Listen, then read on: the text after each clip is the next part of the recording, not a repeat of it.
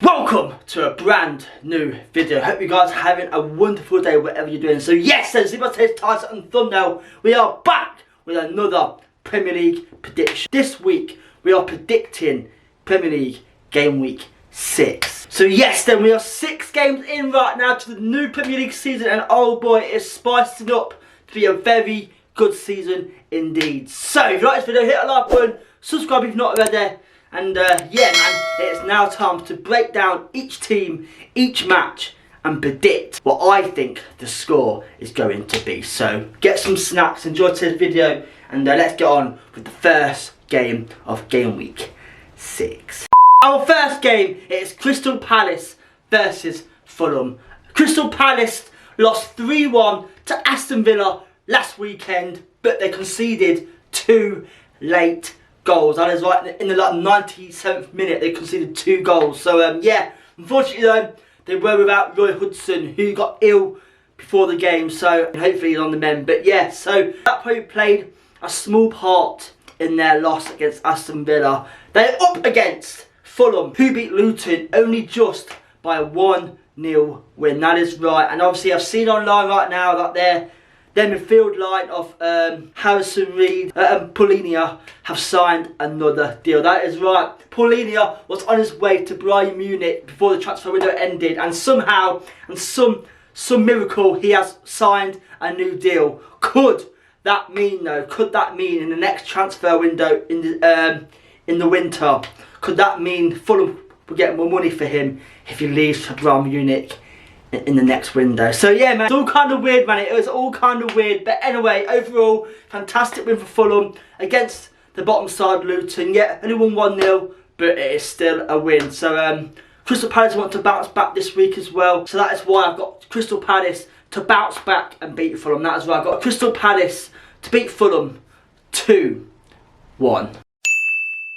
Our next game is Luton Town versus Wolves. That is right, Luton remain the only team left in the Premier League not to get a point. And oh boy, they are finding it so difficult in the Premier League this season. I told you guys to start the season, I got a bit of stick for this, but I told you guys to start the season that Luton will have a very long season. And already they are 4 or 5 games in and they have not got a point just yet. And they just can't seem to hack it. We'll see what happens, but they are up against Wolves, guys. Lost 3-1 to Liverpool at the weekend. Wolves only got 3 points in their first 5 games, so Wolves are also in a bit of a trouble right now. So this game is quite big for both teams because both teams are near bottom of the table. If Luton somehow win, that will hopefully bring them up out of the relegation zone. So it is so tight down there in the first 5 to 6 games. So this game is all to play for. Both teams need to win this game to have a better chance of getting higher up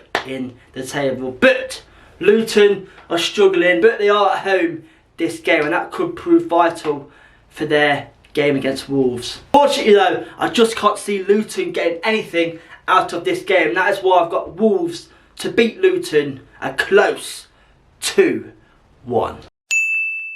Our third game of this weekend is Man City versus Nottingham Forest. That is right, Man City beat West Ham 3-1. Can't really predict them to lose because they're looking so good. They've got Nunez now, who played well yesterday in the Champions League against Red Star Belgrade, is it? So yeah, so they're up against Nottingham Forest, who drew to Burnley on Monday night. So good point for them right there. Realistically though, they should have lost, but a point is better than losing, and that's all you can ask for. But unfortunately though, they're up against the world champions, and I can only see this ending in one way. I've got Man City, guys, to beat Nottingham Forest 2-0. Our next game is Brentford versus Everton. Both of these teams at the weekend lost 1-0. Brentford lost 1-0 to Newcastle, and yeah, that was quite a boring game, I've got to admit. A very boring game indeed. Yeah, can Brentford bounce back this week and beat Everton? Everton lost 1-0 to Arsenal. You know what? They lost, but only by 1-0. And yeah, Everton are still looking dodgy. They are still in serious trouble of getting relegated this year. I know it's only 5 games, 6 games in, but they've got 1 point on the board, okay, and in 5 games, and that is quite poor. Sean Dyche just can't find that goal scorer that he's looking for. Beto looks good, but basically, Beto's not really an out-to-out striker. You know, he doesn't really play striker that often. Calvert-Lewin is missed form now for the past 2 to 3 years, and yeah, Calvert-Lewin, personally, I believe Calvert-Lewin needs to leave Everton to try and get, his confidence back up, because right now his confidence is shot. I know he has a lot of mental health issues, but I believe he should leave and try and get, regular football. Sort of go down the league a little bit, go in the Championship or something, and try and get his form back. But anyway, both of these teams lost, so these teams will want to come back this week and try and bounce back. But I do believe Thomas Frank will get his Brentford boys up and running this week, because obviously they lost 1-0 to Newcastle. Yes, it's quite a boring game. They only lost 1-0, but Thomas Frank will bounce back this week with the lads. So that is why I've got Brentford, guys, to beat Everton 1-0. Our next game is Burnley versus Man United. That is right, Burnley finally got their first point on the board against Nottingham Forest. Yes, realistically, I believe they should have won. That goal they scored with Foster, where Berg sort of hit his arm to try and control the ball. It hit his sleeve, and that should be counted as a goal. So personally, they got robbed from that win against Nottingham Forest. But they've got a point, and that was a much better performance by Burnley. As the Burnley was sort of fighting for each other, trying to win the game. And yeah, if they play like that against Man United, they should have no trouble whatsoever. So yeah, can Burnley right now start their season 5 games in? We shall find out. They're up against Man United, okay. Man United lost 3-1 to Brighton at the weekend, and oh boy, man. Man United are serious trouble, guys. They are in serious trouble. Apparently as well, there were 4 players. Man United have actually downplayed this, but I believe it happened, because I say it's been everywhere right now. Apparently there were 4 players in the changing rooms, in the dressing rooms after that Brighton game, like arguing with each other, like pushing each other. What's happening at Man United right now? They're in serious trouble, and Ten Hag needs to be careful, because he could lose that dressing room, and when you lose the dressing room, it all goes to pot. So can Man United bounce back this week and try and get their season up and running? Man United need to find something. Ten Hag needs to get that dressing room friendly again, and mates again, and they can start trying to push to they can finally then start the season. But overall, what a poor start for Man United. So just on that alone, and the way Man United are right now, and I watched Burnley against Nottingham Forest, and they played quite well. On that alone, I do have this game to end as a draw. That is right, I've got Burnley versus Man United to end as a 1-1 draw. Let me know down in the comments, guys, where will Man United finish this season. This next game could be the game of the weekend. It is Arsenal versus Spurs. This is the London derby, okay. So both of these teams won at the weekend. Arsenal beat Everton a close 1-0, okay. Yeah, they didn't play that great either. So, but the main thing is, they still got that win, and that is all that matters. And Arteta actually dropped Ramsdale for David Raya, and that's a big statement. And Raya kept that clean sheet against Everton. So, because somehow, out of nowhere, can Ramsdale lose his #1 spot in goal? We shall find out. But yeah, they kept a clean sheet with David Raya in goal, and that's a big boost for them right there. And yeah, man, it's going to be tight for that #1 spot right now. But anyway, they're up against Spurs, guys, who scored 2 late goals. That is right, Richarlison and Kulusevski scored late on against Sheffield United. I feel a bit sorry for Sheffield United. They played ever so well. And it's just that, obviously, that time wasting penalty where they have like 10 minutes extra time to play at the end of the game, obviously due to the stoppages. And it's kind of poor, that is. But yeah, I felt sorry for Sheffield United. They deserve to win that game. Richarlison is finally up and running, and can that boost his confidence, guys? Overall, a good win for them right there, and this game could be a good one. But I do have this game to end as a very good draw there. That is right, guys. I've got this game to end as a 2-2 draw. Our next game, guys, it is Brighton versus Bournemouth. That is right. Where do I start with Brighton? Okay, they beat Man United 3-1 at the weekend. Not just being a close game, guys. They absolutely destroyed Man United. That is right, man. They are such a good side right now. They've got Danny Welbeck, Evan Ferguson up front. Yeah, Danny Welbeck is getting old right now, but he's only 31 and he's still scoring goals. Evan Ferguson is an 18-year-old who is going to be a very star player when he's older. You've got Matoma on the left-hand side, who is world-class. You've got Ansu Fati when he comes into the squad as well. Billy Gilmore, who has turned his career around at Brighton. It's fantastic to see. And you know what, guys? They've got such a good side. And Berto De Zerbi has done a fantastic job, and fair play to him. And right now, today, as you're watching this, they are currently playing in the Europa League. And yeah, man, fair play to them. They deserve it because they have done so well. And they're literally near top of the table. Can Brighton win the league?